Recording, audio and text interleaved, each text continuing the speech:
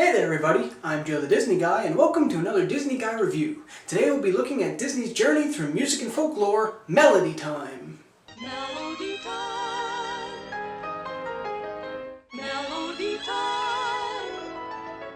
So by 1948, Disney was still entrenched in the wartime era, but there was finally starting to be some light at the end of the tunnel. The war had been over for nearly 3 years, animators were finally returning to work, and Walt Disney had even announced that the studio would resume work on a brand new, full-length animated feature. But of course, in the meantime, Disney still had to release some compilation features in order to keep the cash flow steady, especially while gearing up for another big picture. As we've talked about in the past, Walt loved music and putting animation to music, and this can be seen in his Silly Symphony series along with the releases of Fantasia and Make Mine Music.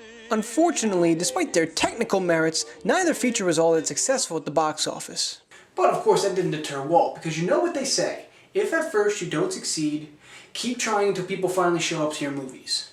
Another thing that Walt always seemed to have an interest for was Americana, and for a few years, Walt had attempted to instill some of this American spirit into a feature of his. Back in 1944, there were reports that Disney was going forward with a combination live-action animation feature called Currier and Ives, which would be based off the famous painting and print collection of the same name. In fact, the reports went so far as to say that Disney had already hired singer Frances Langford and composer Al Sack for the music in the film, but the project would eventually be cancelled due to high costs and low returns on current combination features that had hit the box office. Now, I don't know for sure what the movie would have been about, but looking at the prints, there's definitely some beautiful scenery there, so I don't think it's too far of a stretch to say they at least could have made a very pretty movie out of them. With the Currier and Ives project scrapped, Disney moved on to a different slice of America, and decided to put folklore hero Johnny Appleseed as the focal point in the new animated feature entitled Sing About Something. Oh come on now, they were just getting lazy with names, right? What do we want to call this one? Well, I mean, they're singing about stuff, so how about Sing About Something? Yeah, that ought to work. And in February of 1946, production on Sing About Something starring Johnny Appleseed began. While production on Sing About Something was going on, there was another feature being worked on at the studio entitled All in Fun. The feature was to have 3 main segments: The Wind in the Willows, a story about folklore engineer Casey Jones, and a segment featuring the roughest cowboy in the West, Pecos Bill. However, likely due to the fact that the box office returns on previous compilation films weren't fantastic, Walt decided to combine the stories of Johnny Appleseed and Pecos Bill into one feature, as a way to try and draw more people into the theaters. I mean, heck, if people like one folklore hero, 2 is going to send them into a frenzy. The 2 main stories would be supplemented with various shorts that again put animation to popular musical pieces, this time primarily from music that was popular in the 1940s, and the name of the feature was changed to Melody Time. Once again, Walt rounded up popular singers from the era, including a return of the Andrews Sisters, Dennis Day, another call to Frances Langford, and even got the king of the cowboys himself, Roy Rogers. Yes, Roy Rogers was actually a person, not just a convenient chain restaurant that you find on the highway. In terms of animation, Walt gave his animators and colormen virtually free rein on the picture to tell the story, which was a vast change from the much more rigidly structured stories told in Fun and Fancy Free. This also helped vary the style of the shorts, from the surrealistic Bumble Boogie, based on another song considered for Fantasia, The Flight of the Bumblebee, to the more traditional animations of Johnny Appleseed. Melody Time also received a ton of advertisements, many of them from unique places. A number of albums featuring the music from the movie were released, and in response to the Johnny Appleseed segment, the National Apple Institute actually launched a series of advertisements and anticipated bringing in around 3 million more viewers to the theaters. Whoa, 3 million people? Who knew that apples had that kind of pull? And on May 27, 1948, Melody Time premiered in New York City. Well, that's quite a story. Cowboys in it? Yes, sirree. Indians too? Well, could throw in maybe 2 or 3. But mostly this story's about Pecos Bill. So, obviously, this is a formula that we've seen before, with popular music being put to animation.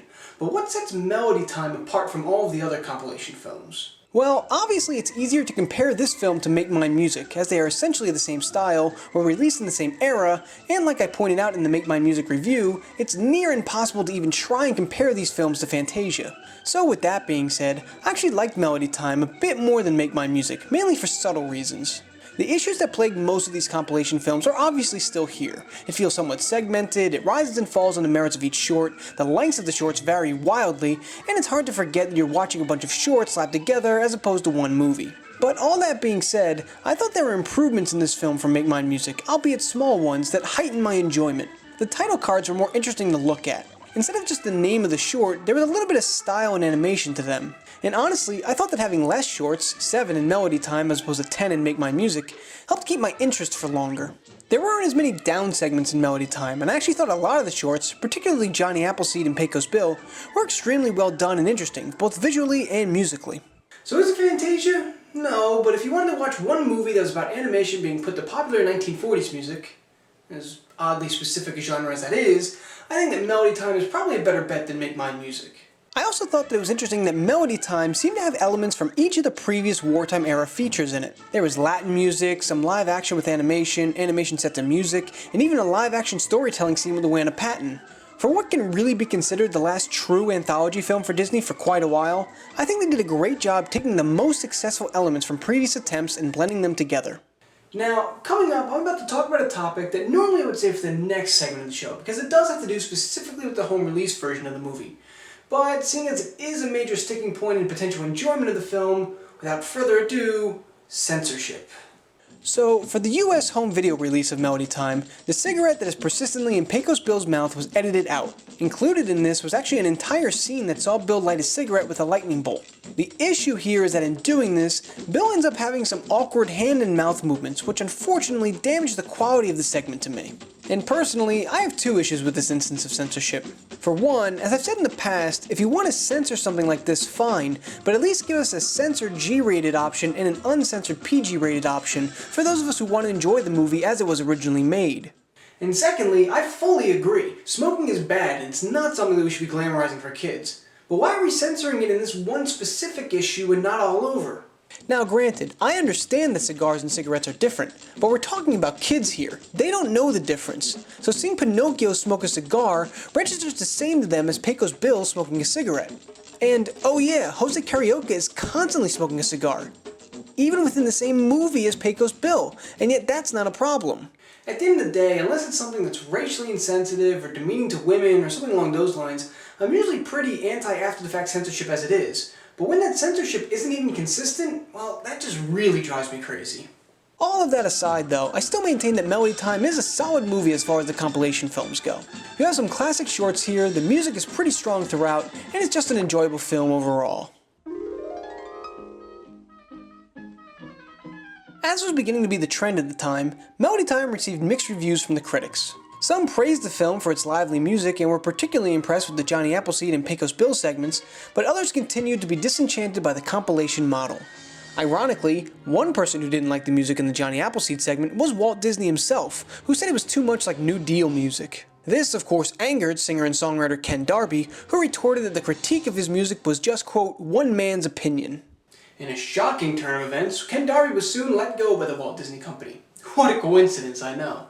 And of course, like the other wartime era films, the legacy of the shorts once again has outweighed the legacy of the movie as a whole. Throughout the 1950s, various shorts such as Pecos Bill, The Legend of Johnny Appleseed, Little Toot, and Once Upon a Wintertime were released individually, Trees and Bumble Boogie were released together as a short entitled Contrast and Rhythm, and in 1955, 5 shorts from Melody Time, Blame It on the Samba, Bumble Boogie, Once Upon a Wintertime, Trees, and Pecos Bill were paired with 4 shorts from Make My Music to make the feature Musicland. And like Make My Music, Melody Time went without a home release of any kind for quite some time. It wasn't until 1998, 50 years after the film premiered, that Melody Time was finally seen on VHS, and in 2000, Melody Time had its most recent release on DVD. And elements from Melody Time, especially from the Pecos Bill segment, can be seen in Frontierland at the Magic Kingdom in the Pecos Bill Tall Tale Inn and Cafe. So while Melody Time may have used the same anthology formula that many of the wartime era films used, it clearly perfected the formula and has given us a number of classic Disney characters and stories. Well guys, that about wraps it up for me this week. I hope you all enjoyed, and let me know what you think about Melody Time. Make sure you subscribe to my channel, check out last week's video, next week's video, and of course, the Disney Guy Review playlist. And I'll see you all next week.